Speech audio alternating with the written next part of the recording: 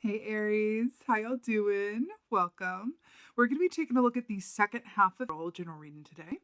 So, in your meditation, I immediately saw a hawk.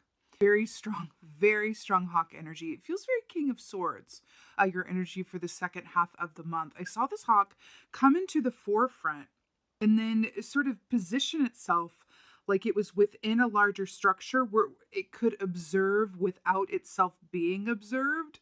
So it was like observing, its surroundings, right? But no one could quite observe or see the hawk. Really interesting. It felt like observation. I heard observation, which allows for strategy.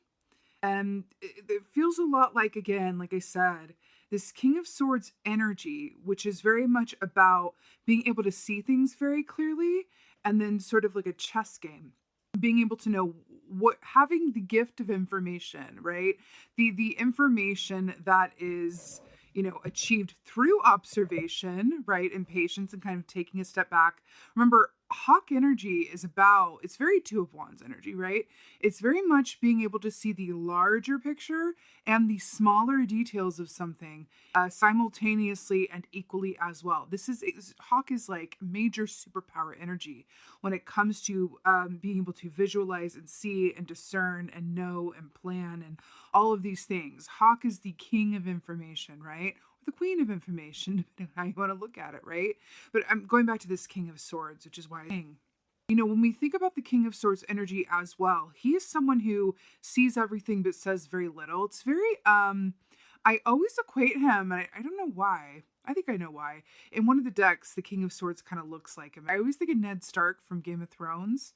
There's a lot of power in discerning when to speak and when to be silent and allowing others to speak and either help themselves or hurt themselves depending on what their own discernment is urging them to say or not say. But it feels like there's a lot of power and strategy for you in the second half of it. So let's go ahead and take a look at your cards. All right, Aries, let's go ahead and see what your animal energy is for the second half of April. What is going on for Aries? Second half of April. What is going on? Oh, so good. Okay. I love this energy. So here we have the horse. So this is really, really beautiful. This equates to the Chariot key and the Tarot, which is all about forward movement, victory, success that is balanced and aligned. And there's also an aspect of good planning that allows for the Chariot to take form and kind of take off. So it's interesting that this hawk energy is coming up and we're talking about, strategy, observation, planning, foresight, all of those things. And then we have the horse, which is all about being able to, kind of run free, knowing that all of the foresight and planning has been done, right? When we think about the image of a chariot, right? You're going on a trip, right? It's a well-stocked chariot. You've got everything that you need for the road. The gas tank is full. The, windshield wiper liquid compartment is full. Snacks are ready. Everything is sort of prepared so that you are able to have success, right? That's very much what this feels like. I always think of that RuPaul quote as well, which is, if you stay ready, you ain't got to get ready. And there's something about that energy for you this week that's really about thinking about the details and observing things and gaining information this week so that you can be prepared to move ahead. Or this may not even be around something that you may, but you may not even be conscious of what this is. For example, have you ever felt the urge to really just out of nowhere clean your house really, really well? And it's not like you have company coming over, you have any specific reason. It's not even particularly messy, but you feel the need to just give it a really good clean. And then you get a call a couple days later that, you have family coming into town unexpectedly and they're there. Something like that, where it's like you're picking up these feelings around actions to take, like divinely inspired action. That is, serving a purpose that may not even be clear to you at this point. So I'm also hearing to kind of really observe and pay attention to those nudges as well, because I feel like they could be divine nudges of your intuition, sort of leading you in a way that you're going to be very glad that you listened. You know, horse energy is also about personal freedom, right? This is about feeling like you have a lot of optionality and a lot of freedom to go any way that you choose. And I really want to take this literally and say, like, knowledge is power. It really, really, really is what this feels like. So let's go ahead and pull some cards here. What's going on for Aries for... I hope that you guys have had a lovely, lovely birthday season. Moving into the next. I mean, it's so good already. Okay.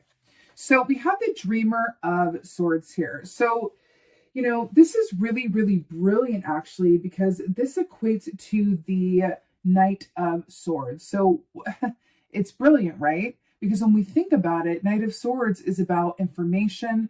It's about knowledge. It's about purpose. It's about having all the information at your disposal so that you can run with it, which is really, really brilliant.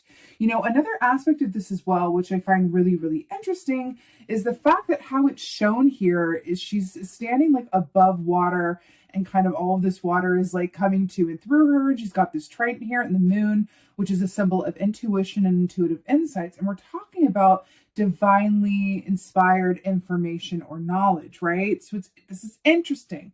It feels like your intuition, your feeling, your inner knowing is directly fueling your insight in the realm of your mind. It feels like air and water working together, which is really, really interesting. Very interesting to see come up here. Information, knowledge, communication, what you do and do not say. That is what's going on. Oh, I love it. Okay. So we have the Innocent here, which is brilliant. So this is the Fool. So I really like this because the Fool is very much about, it's the beginning of a cycle, right? It's about a fresh, brand new start, feeling unencumbered, feeling like anything and everything is possible, right? So what I'm getting from this is a lot of this planning, a lot of this observation, a lot of this stuff has to do with allowing you to healthily and readily and successfully embark on a new chapter, right? Now, this could be a personal new chapter, okay, feeling fresh and good, you know, like going forward, you know, revitalize aspect of yourself, especially when the snake is here. We're looking at transformation and healing. But this can also be an actual new chapter because we do have horse here, which is, you know, grounded in the reality of earth energy. So we could be looking at an actual new chapter, right? We're actually moving physically into somewhere else, whether it's a new home, a new relationship, a new lifestyle. I just heard for someone, a new lifestyle, your life might look a bit different coming up here. So I'm really getting to really follow those divinely inspired nudges, really listen and feel to what you're feeling called to do, because it's setting you, I keep seeing a chessboard. It is setting you up in a way where, so that you can have the best shot at whatever it is that's coming to you. But it feels really auspicious. It feels really, really good. And it does feel like it's related to something new or a reimagining, re-envisioning, but it's something that definitely feels like it is with a lot of potential, which feels really nice. Oh, wow. So nice. Okay, let's talk about this. So we have Temperance here, which this is Sagittarius energy, right? What's really brilliant about this, and I want to point out something. Where is it? Okay. Do you see the moon on the horse's head there on the forehead, right? And then you see how he's standing in front of the moon there? And then we have the moon and the sun with Temperance, right? Let's talk briefly, because the moon, again, is about your intuition, your subconscious, about your dream time. But there's also an aspect of the sun that talks about illumination and things being revealed, right? So there's something in that. It's about water and air and what is hidden and revealed, what is subconscious moving into the conscious state of mind. And then we have Temperance here, which is it's a highly spiritual energy, this, right? So you have, I have to say, 3 major arcana energies so far.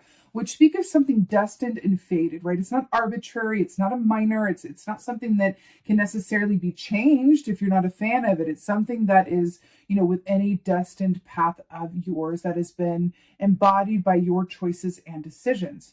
So with the Temperance key here, and this being a highly spiritual card, yes, it speaks of balance and patience, but it also speaks of your spiritual and divine placement and purpose. This is really, really beautiful. I find it very auspicious, and I rather like that we have the Fool leading into the Temperance here. It feels very, very auspicious because you know what I mean? You're not going from the Fool, fresh, brand new start, and then landing somewhere where you have to get your bearings about you. You're skipping ahead in the Fool's journey. You're going from the Fool right over to the Temperance key, which is about feeling grounded, right? Feeling like you're deep in your knowing. And Temperance also is very much about that feeling of I'm exactly where I'm meant to be. This is a beautiful progression here. You can even have information coming your way about a realization that maybe where you are is not where you want to be, or something wants to change within your given circumstances. And it feels very auspicious and really healthy to listen to that. I feel like there's something else that's being lined up for you. Oh my God. Okay. Something auspicious that's being lined up for you. And then we have the Six of Wands. Hello, with the Dreamer of Swords. So Six of Wands is brilliant because Six of Wands is about victory, success. We already talked about this a bit with the Chariot, right? It's about victory, success, public recognition in a way that other people can see. This is about the effort that you put in paying off. Well, I could say tenfold, but why don't we say sixfold for Six of Wands?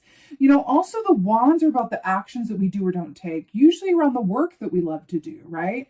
So the fact that we're talking about our passions here and our actions and our work, and then we have this information here as well. This is really something about your lifestyle, the work that you do, how you see yourself in the world, your circumstances, right?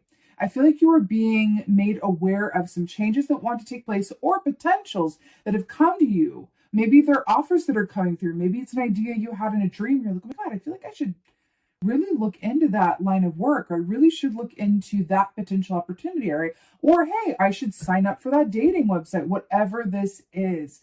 It feels like there are these nudges around you that are like, go for it, because this nudge is going to lead to looking back and going, I'm really glad I took that chance. I'm really glad I listened to that feeling.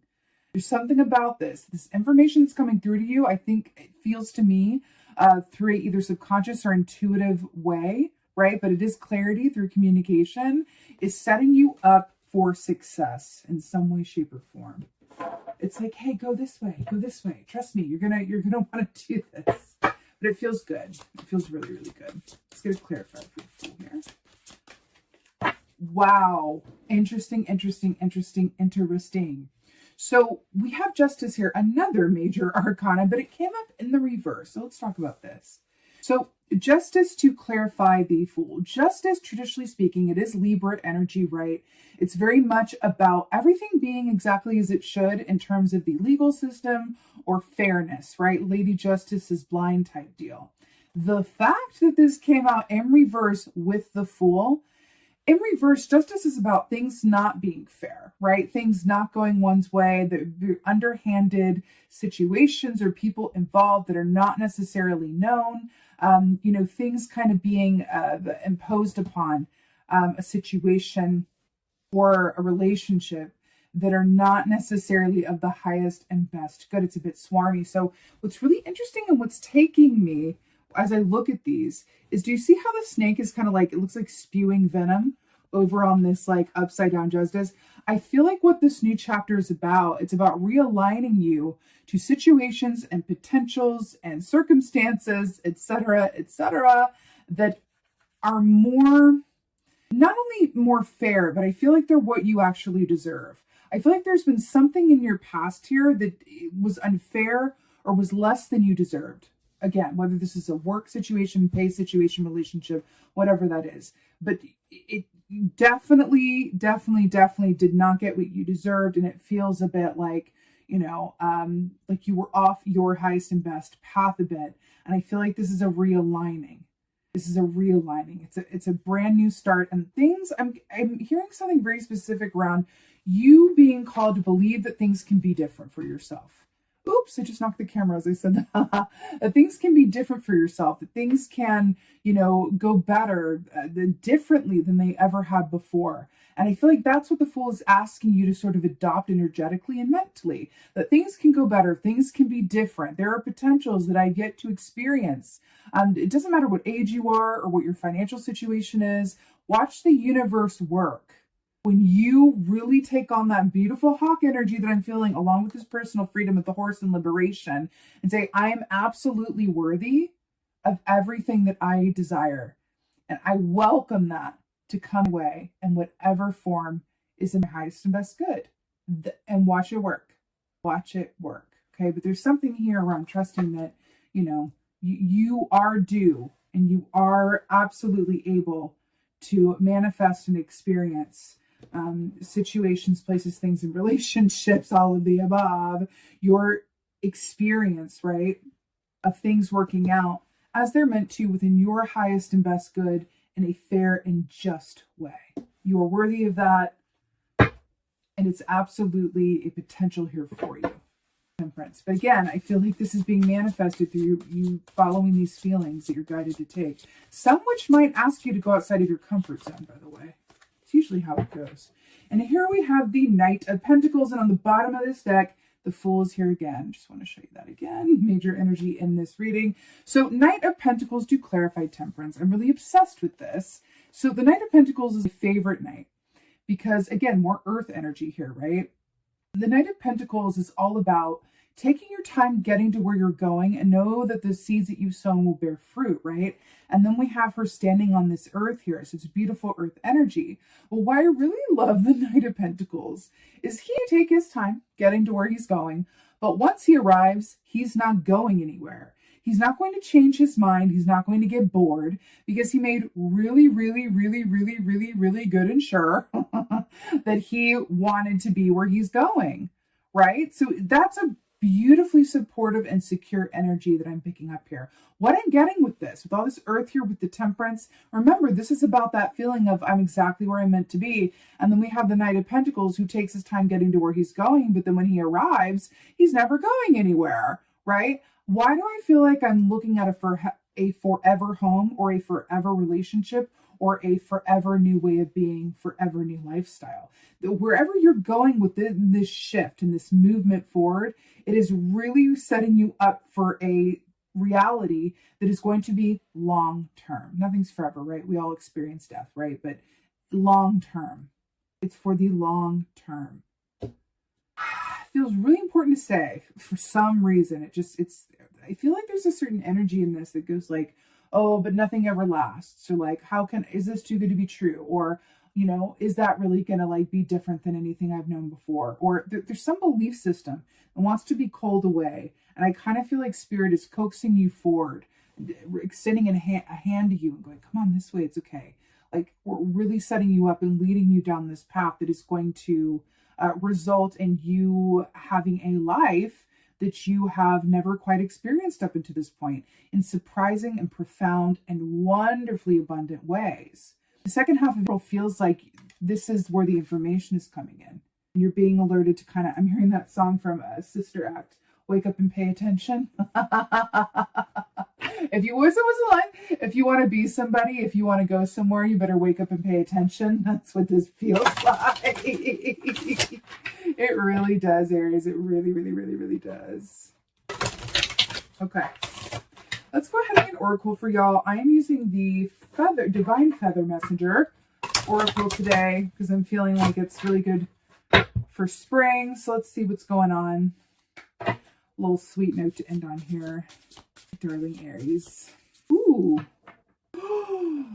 Oh, I just got legit shivers, y'all. Okay, so we got the parrot. How gorgiana is that? Let go of others' thoughts and opinions. It is time to embrace who you really are. Stop. Step and repeat. I'm going to read that again. Let go of others' thoughts and opinions. It is time to embrace who you really are. I'm going back to this horse energy of personal freedom, personal liberation, living a life that is completely yours and by your own standards and what you really desire. This, with Temperance and the Knight of Pentacles, you are being led, you are being set up, you are being cultivated into a path where you feel like you are completely embodying your life to the fullest extent that you are able. You better get it, Aries. This feels really lovely. It does feel like this is preliminary. It does feel like this is the beginning of the work through observation, through garnering that information, through paying attention to your dreams. Please, please, please. I always say this, but I'm telling you with this particular reading, please make time to meditate or at least sit in the stillness, because the answers lie in the stillness and there's guidance. I see like a divine team around you that are going, hey, try this, make this phone call, go this way. No, don't do that, do this, wear this, whatever it is. And they're whispering in your ear, but in order to get that information, even if it's just a few minutes in the morning before you start your day, you want to listen to this guidance that's coming through, because it's alerting you to, the highest and best steps to take to get you to where you are really meant to be. And that is really, really beautiful. Amazing. Also, a quick note, Parrot is also about communication and how we say things. So it's interesting going back to this communication as well. And I do feel like there's an aspect here about how you communicate with yourself about yourself and what life could be for you. So there's something in that as well. But with that being said, Aries, I'm wishing you a beautiful second half of April. Thank you so, so much for being here. As always, please like, share, and subscribe. Please holler at me in the comments and let me know if this helped and resonated. I so hope that it did.